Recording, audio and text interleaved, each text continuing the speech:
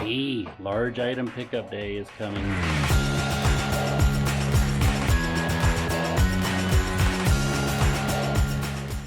It is really hot for September, and look at all the work we've been doing in the yard. Woohoo! Yep, I know. It's called an inch machine. Actually, it's called a 1-inch machine. Here's the junk we've done so far. This is the machine that Zach and I are talking about. It's called a 1-inch machine. It's actually an antique, old video machine. Used 1-inch tape. Used to be common in TV stations. Everything you used to watch on TV was probably recorded on those and played back. Here's the save / to be sorted pile. And this is my mighty tape collection of bands from 1989 onwards. I still have to do something with it to archive it because it's quickly deteriorating. And this is our project, the garage. This is a corner we're working on getting rid of for now. That table there is going to go. All these old decks and things that don't work. A lot of metal. So it's kind of a shame. Some of it's kind of interesting stuff, but it's junk. It's got to go. And a lot of it's metal, so we're hoping that by putting it on the front driveway, it'll be collected by the zombies, and by that I mean the meth heads looking for scrap metal. Not that we're trying to invite them into the neighborhood. Got enough problems with them as it is. But yeah, and it's just junk. It's got to go. We need a garage back.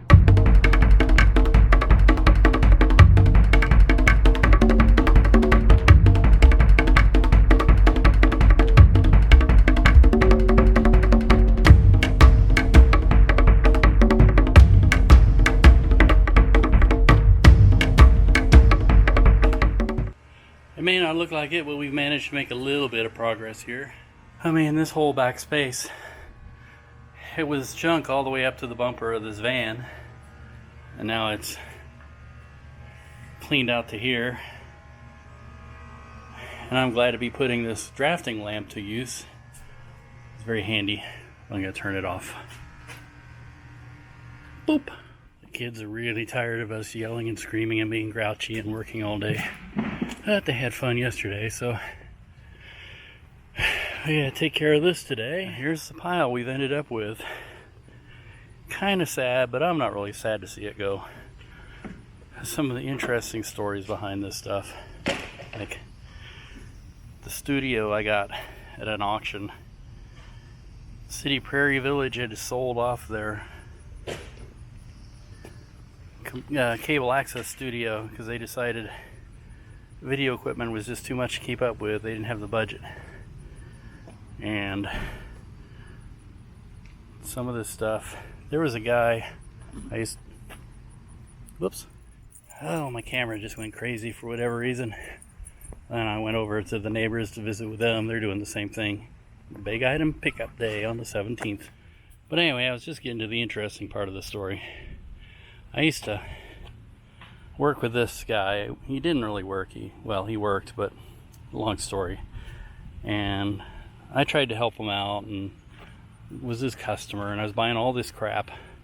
This is an AB roll edit system. At one time it was top of the line, probably back in the 80s sometime, early 90s. Convergence, AB roll edit controller. You can see by the dust it probably doesn't work anymore. JVC 3/4 inch decks. Those are the AB machines. And the 1-inch machine down here was supposed to be part of it. Never got it working right. And then this machine here, another 3/4 inch deck, more modern one. But anyway, I spent some good money on it, and it was obsolete at the time I was buying it in the early 2000s. And there's my first editor, an SVHS tape to tape, and there's 2 time base correctors. all this is just real heavy crap. And it's been sitting in my basement for I don't know how many years. And yeah, I'm pretty sure it would be no use. I'm sure the belts alone would cost you a fortune if you could even find them to keep these things running. But the guy, he was very smart, had a very high IQ, and he's one of these people who lived. He didn't pay taxes. He never held an official job. He was what they would call a sovereign citizen, or what he called himself, a sovereign citizen. In other words, he lived completely on his own, off the grid, completely. Which was very interesting, and we talked a lot about his ideas and theories and everything. I mean, he didn't drive a car anymore because he didn't want to get pulled over, but when he did drive a car, which was a Lotus, he had,